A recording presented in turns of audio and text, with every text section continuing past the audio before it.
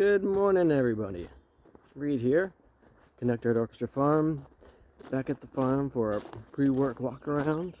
And today I'm thinking about tools. You can see I took down a greenhouse over here and hoping to use a tractor to get the rest of the concreted posts out of the ground. And tools are pretty magnificent things. I mean, it's one of the things that makes us human, is the use of tools, and one of the things that really moves life forward a bunch. Now, there's a lot of talk going around and use happening of AI for ChatGPT or Midjourney for artistic purposes. I hear there's like a video producing one coming out in the near future, and some artists and writers and things are like, oh my gosh, this is terrible. And other ones are like, hey, let's join the future already and make some fun, cool things using the next tool that's happening. And it makes me think back to the story and picture that I heard and saw relating to when cars first came out and how there was pushback against cars. And that's happened at different points in time, obviously. But part of that pushback was because people are still so used to horses that, oh, look at this. The rains over the weekend have re-flooded this area. How lovely. People would, with some of the first cars, actually put a fake horse head on the hood of the car to make people feel more comfortable with having a vehicle, automobile. And just that intriguing thing of like, every time there's new tech that comes out, there's, generally speaking, pushback to it. And there's, generally speaking, some people that try to make it seem like the old thing rather than the new thing that it is. And, you know, that's all fascinating and curious. And in the music world, it seems like, because there's definitely some AI music things going on, although I haven't listened to them yet, personally. And the curiosity of, like, as different new tools come forward in these different worlds, new instruments and such, that a lot of the innovation happens with those new innovations. That's where a lot of, like, the, not just progress, but where a lot of people's interest and intrigue goes. And the idea that if you take on the new technology, that you can actually progress your career. Ooh, a little bit of rhubarb. Look at that little leaf there. Yay! That you can actually progress your career more via utilizing all that. And the notion of, you know, there's always going to be people utilizing the old tools to do things. And that's great.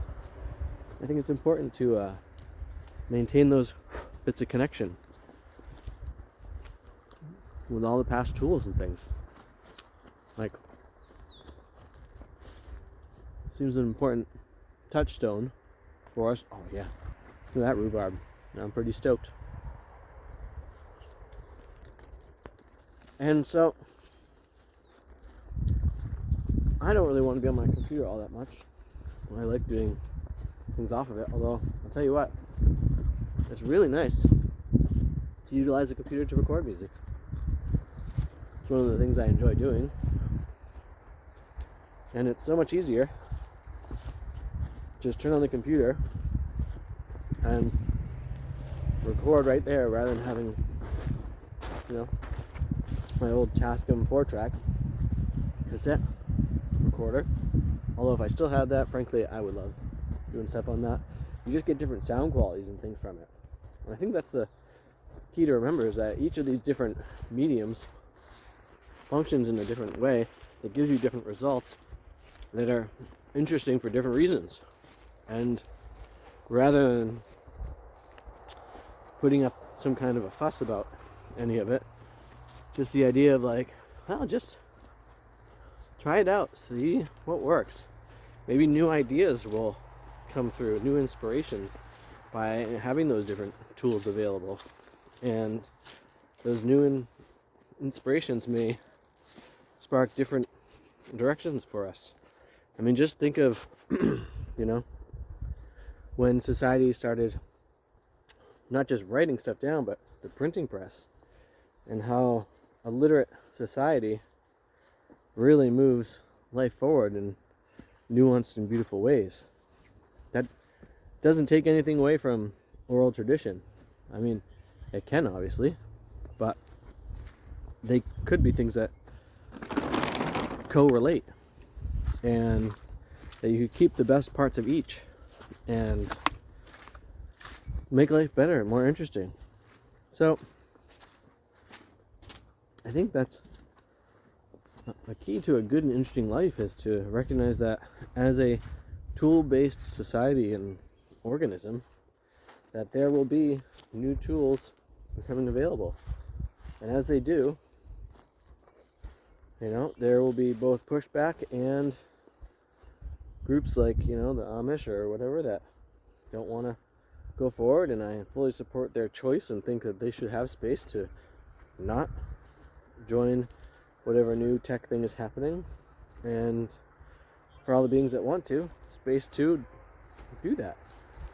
And I think that's the key thing, is just recognizing that there can be space for both, and it's important to make sure that we preserve space for both. Like, maybe oil and gas has a place. I heard the other day of people who are going into some spent oil fields or wells and actually starting to make geothermal energy from those. It's like, all the machinery and tubes and everything are all still there, and so they're taking that and doing something new with it.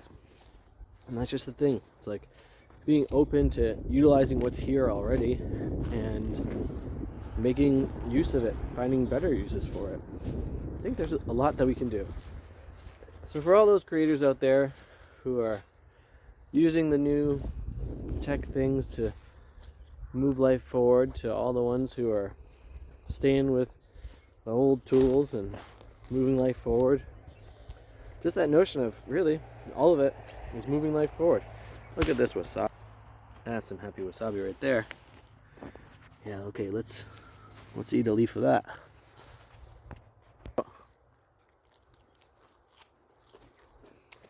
What new tool are you taking on or abstaining from in your life?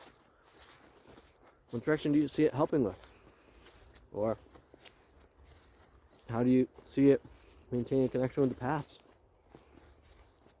Think of Leonardo da Vinci, and he's a pretty long time ago, with that notion of, I was inventing all kinds of things. So I see every time we take on a new tool, it's like embracing that Da Vinci side of ourselves and moving progress forward. He also dreamed of dragons.